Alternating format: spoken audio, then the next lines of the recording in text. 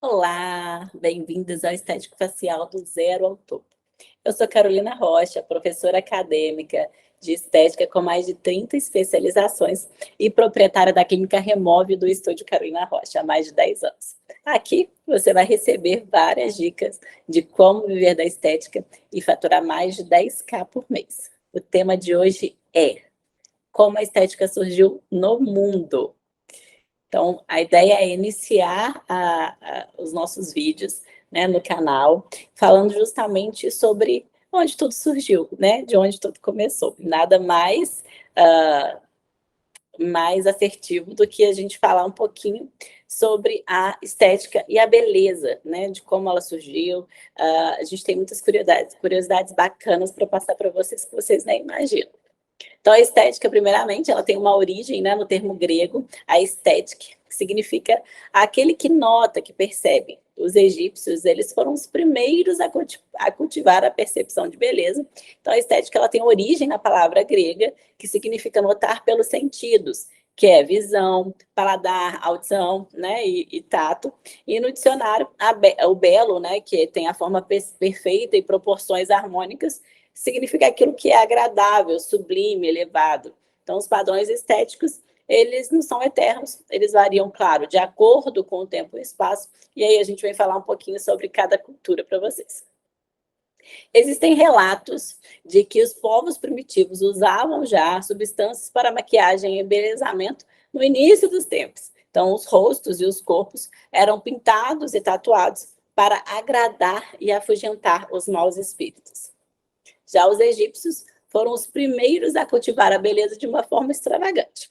Então, a ideia era preparar, enfeitar e embelezar o morto para o enterro. Sim, sim. Então, eles acreditavam que, ao preparar o corpo, deixá-lo bonito, maquiado, cheiroso, limpo, ele chegaria na outra vida da mesma forma. E não só a parte estética, eles colocavam também bens materiais, acreditando que aqueles bens enterrados com o morto seriam levados para outra vida junto com eles. Já para os hebreus, o corpo ele era um presente, e como tal, ele devia ser bem cuidado. Os cosméticos eram usados principalmente para a limpeza e conservação da pele, dos cabelos, dos dentes e da saúde. Eles usavam azeite de oliva e óleo de semente de uva. Gente, óleo de semente de uva é um dos princípios ativos cosméticos que eu uso muito, manipulado ou não. Então, pensa, há muitos e muitos e muitos e muitos anos atrás, ele já era usado para hidratar a pele e proteger também. A mirra, por exemplo, ela era usada como um antisséptico e ela ajudava a repelir os vermes, ajudava a repelir os insetos. Olha que legal. Também eles preparavam uma pomada, isopo, que chamava, que era uma planta encontrada perto do Mar Morto para a limpeza, e usavam também bálsamos de canela para conservar o calor do corpo. Já na Grécia, a busca ela era pela harmonia. Eles tratavam o corpo e a mente de uma forma muito valiosa. Então, assim, as proporções e formas, elas tinham que ser perfeitas. O ideal grego, ele incluía essa perfeição de corpo e mente. Então, o corpo, para eles, era como um templo. Eles costumavam banhar azeite e polvilhar a areia fina por cima. Acreditam nisso? Pegavam azeite, passavam em todo o corpo, pegavam areia fininha e polvilhavam em cima do corpo como uma forma de proteção, para regular a temperatura do corpo e se proteger do sol. O que leva a crer que já conheciam os efeitos dos elementos naturais sobre o corpo e o processo do envelhecimento. Eles costumavam usar mel e azeite também para a proteção da pele contra o clima. Esse amor pela perfeição tornou os gregos pioneiros nas técnicas avançadas de cuidados com a pele. Gente, no Egito, tem uma curiosidade muito bacana, que era em respeito ao deus Ra, que é o deus do sol, os faraós, eles pintavam os olhos. Mas não era só isso. Eles gostavam muito da maquiagem, pois ao pintar os seus olhos, né, de pretinho, as pessoas elas tinham que evitar olhar e direcionar o olhar para os olhos dos faraós. Então, a maquiagem nessa época, ela tinha até um caráter, um símbolo político. Então, assim, se eles pintassem os olhos, os faraós estivessem com os olhos pintados, as pessoas não podiam direcionar para os olhos, não podiam olhar nos olhos deles, né? O Kama Sutra, escrito no século I e IV, define o padrão também de beleza da mulher ideal, que seria, há muitos anos atrás, uma pele clara, fininha e macia, né? Então, era um padrão de beleza daquela época. Então, a Cleópatra, por exemplo, ela exemplifica bem esse ideal de beleza no Egito, que ela usava até um pó de col para pintar os olhos, e ela banhava-se de leite e usava argila em seu rosto e em seu corpo para manter o viço da pele. Olha, a argila é uma coisa que a gente utiliza até hoje em vários protocolos facial, corporal. Na época da Cleópatra, ela já usava essa argila para melhorar o aspecto e o viço da pele. Diversas sociedades primitivas já usavam pintura no rosto em diversas situações.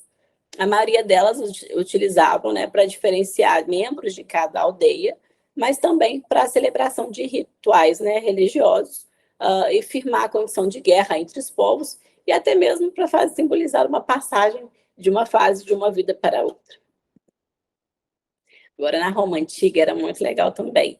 Eles tinham casas de banhos, então eram tratados dentro de casas de banho. Eles tinham flores, açafrão, amêndoas, e tinham outros ingredientes que faziam parte do ritual de banho, e tinha o de mulheres e a casa de banho de homens. Eles iam para lá, aplicavam óleos no corpo após, né, o banho, para manter a pele saudável, bonita, atraente, e dentro dessas casas de banho tinham tratamentos com vapor, massagens e até outras terapias manuais. Já na China, se costumava passar uma mistura de goma arábica. O que era isso? Era uma gelatina, cera de abelha e clara de ovos. Então, eles faziam uma misturinha e passavam nas unhas para ter aquele aspecto de unha carmins ou pretinhas. Agora, as geishas, naquela época, elas já removiam os pelos do corpo, sabe como? Com a técnica de depilação à linha. Então, era muito parecida com essa técnica. E elas gostavam de ficar sem pelinho nenhum. Agora, os chineses, daqui também é bem legal. O pó de arroz, né, que eu lembro minha mãe falando de pó de arroz, que foi a primeira maquiagem dela, eles já se utilizavam desde há muitos anos. Os chineses, eles inventaram o pó de arroz, e os japoneses tiveram a ideia de utilizá-lo, sabe para quê? Para uniformizar o rosto das mulheres. Todas as mulheres, elas aparentemente sendo parecidas, iguais, evitava-se confrontos e ciúmes entre os homens, como se a mulher não tivesse personalidade, né? Ela tivesse só a parte física e estética. Então, aplicava-se esse pó, que era mais espesso e mais argiloso, que tinha farinha de arroz, que hoje também é utilizado pelas geishas. Na Idade Média, o ideal de beleza feminina se dava pela preferência das mulheres pela pele branquíssima, cabelos loiros e o ar virginal.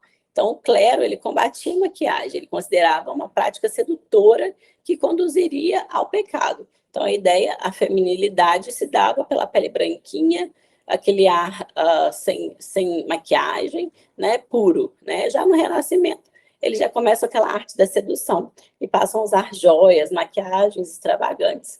E uma das práticas mais comuns que se tinham naquela época eram de depilar as sobrancelhas e tirar a linha dos cabelos para mostrar mais a parte maior da testa, e acreditavam que assim eram as mulheres mais inteligentes, pois tinham uma parte da testa mais exposta. Ficamos aqui com algumas curiosidades para vocês, espero que vocês tenham gostado. Se inscrevam no canal e a gente traz mais na semana que vem.